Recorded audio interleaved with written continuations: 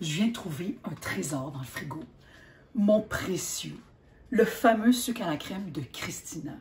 C'est le sucre à la crème le plus soyeux, le plus parfaitement velouté que j'ai jamais mangé de toute ma vie. Ça n'a pas de bon sens. Faut qu'on lui demande. Faut qu'on lui demande c'est quoi oui. sa technique parce que c'est la magie de Noël à son meilleur. OK, on fait ça. Alors, la recette, vous allez le trouver sur la page Signé Gourmand, mais pour faire vite, il y a une tasse de sucre, une tasse et demie de cassonade. Moi, j'aime bien prendre la cassonade foncée parce que c'est plus goûteux. Il y a une tasse de crème et une pincée de sel. Crème laquelle? 35%, et pas nécessaire que ce soit fouetté, du moment que c'est de la crème 35, soit à fouetter ou à cuisson, à l'ancienne, c'est pas grave, 35%. Donc, on commence par mélanger tout ça ensemble. Moi, j'aime bien le mélanger un peu avec, directement avec une cuillère dans la casserole avant de partir le feu, juste pour être sûr que ça commence à se dissoudre. Mais vous allez voir, à un moment donné, il faut arrêter de toucher à ça, il faut le laisser tout seul, mais on n'est pas rendu là pour l'instant. OK. Là, je vois que tu as apporté une panoplie d'instruments. Parce que réussir du sucre à la crème, oui. Hélène, c'est maîtriser des principes de base en confiserie. Parce que dans le fond, là, ce qu'on doit faire, c'est qu'on doit faire complètement fondre le sucre. Et ensuite, on doit faire recristalliser le sucre, mais pas sous forme de grosses granules comme on trouve dans le sucre, là, sous forme de minuscules granules. Et tout est dans les astuces qu'on utilise pour contrôler la cristallisation.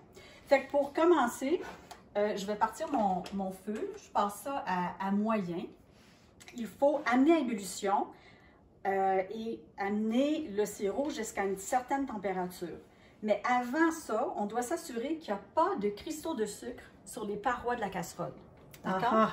Alors, ce qu'on fait, on prend un pinceau avec de l'eau, puis on va venir nettoyer les parois de la casserole. Tu fais du ménage. Oui, puis c'est pas grave si on ajoute de l'eau. Les gens vont dire, ouais, mais tu débalances parce que tu ajoutes de l'eau. Ben, c'est pas grave parce que l'eau va s'évaporer. Je viens ajouter un peu d'eau, mais cette eau-là va toute disparaître à la cuisson, fait que c'est pas grave. Donc, on fait le tour.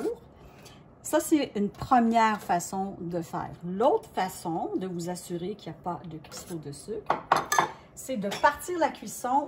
Ah oui, avec le couvercle. Avec le couvercle. Ça va le faire fondre. C'est ça, parce qu'il va avoir, l'eau va s'évaporer, ça va se condenser sur les parois, puis en coulant vers le fond, ça va dissoudre le sucre. OK? Donc, pendant que ça commence à chauffer, je vais parler d'un autre facteur très important, c'est le contrôle de la température. Qui dit confiserie dit contrôler la température en fonction du type de bonbon qu'on fait. Quand on parle de sucre à la crème ou de fudge, on veut amener la température de notre sirop à 114 degrés Celsius. 114! Bingo! François, merci de l'avoir supervisé pour moi. Alors, qu'est-ce qu'on fait quand on atteint la bonne température? Il faut stopper la cuisson en mettant la casserole dans de l'eau froide. OK? Puis là, vous allez avoir remarqué que j'ai patenté quelque chose ici. C'est des systèmes B pour tenir mon thermomètre. Moi, j'utilise un thermomètre digital. C'est beaucoup plus précis, mais je ne suis pas en mesure de le suspendre. Alors, regardez, mon système maison, j'ai pris une spatule comme ça. Je le dépose sur la casserole. Je mets mon thermomètre. Important, le bout de la tige ne doit pas toucher le fond de la casserole. Ça doit vraiment être suspendu. Ça, c'est un système. Mais si vous n'avez pas de spatule trouvée comme ça, regardez. On peut aussi prendre une spatule, excusez-moi, un fouet. On le dépose de façon stable.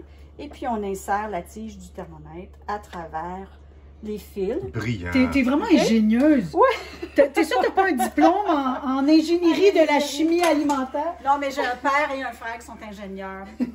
C'est de famille. C'est ça, c'est de famille. Et puis, évidemment, vous pouvez utiliser le bon vieux thermomètre à bonbons qui est conçu pour être fixé. Alors, c'est quoi l'objectif de faire tiédir le sirop?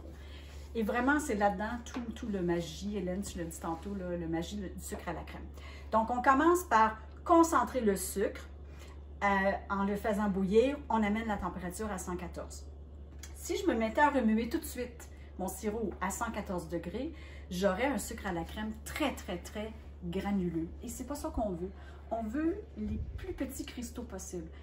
Pour avoir ton sucre à la crème à toi. Exactement. Parce qu'il y en a qui... C'est le fun aussi, des fois. Oui, ça dépend du style qu'on aime. D'accord. Moi, je préfère le style qui est soyeux. C'est ce que je fais aujourd'hui.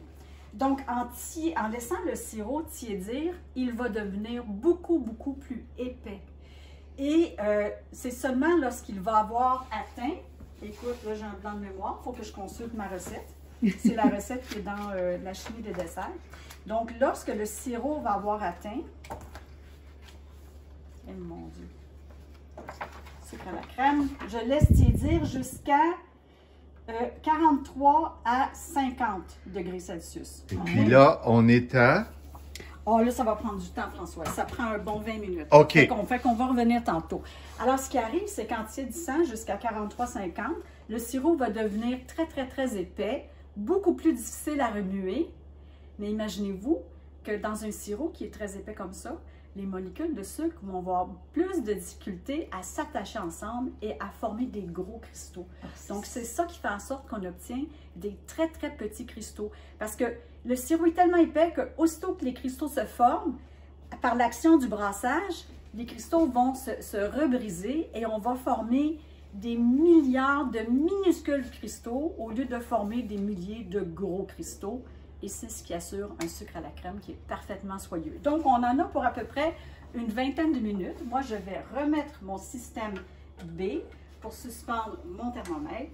Et on vous revient lorsque le sirop va être autour de 43-50. Et c'est là qu'on va brasser pour faire cristalliser notre sucre à la crème. Ça y est, j'ai refroidi jusqu'à peu près 43-44 degrés Celsius. Donc là, le truc, c'est qu'on doit remuer, remuer, remuer avec une cuillère de bois en grattant le fond. Ça va devenir graduellement de plus en plus épais. Hey, les amis, je vous ai pris juste au bon moment. Regardez, ça commence à cristalliser. Quand on voit que le sucre à la crème commence à perdre son lustre, ça veut dire qu'il y a des cristaux qui commencent à se former. Alors là, on va se dépêcher de le transférer dans un moule. Moi, je prends un moule 8 par 8 qui est tapissé d'un papier parchemin. Oh, la texture! Okay. Puis, inquiétez-vous pas, s'il en reste au fond, on peut aller le récupérer tantôt. Puis, en se dépêchant, on va l'étaler. OK? Voyez-vous comment il est encore ferme? Mais c'est pas grave, il y a des trucs pour ça aussi. Regardez bien ce que je fais. Excuse-moi, Hélène. Je vais mettre ça là. Moi, je veux rien perdre, tu comprends? Je mets un papier parchemin comme ça. Ah. Là, je prends un autre moule. Puis, j'écrase pour le faire remplir mon moule. Et voilà. Ça fait un beau dessus aussi qui est mat. Alors, on va continuer à faire ça. Et puis, vous allez avoir le meilleur sucre à crème que vous avez jamais mangé de votre vie.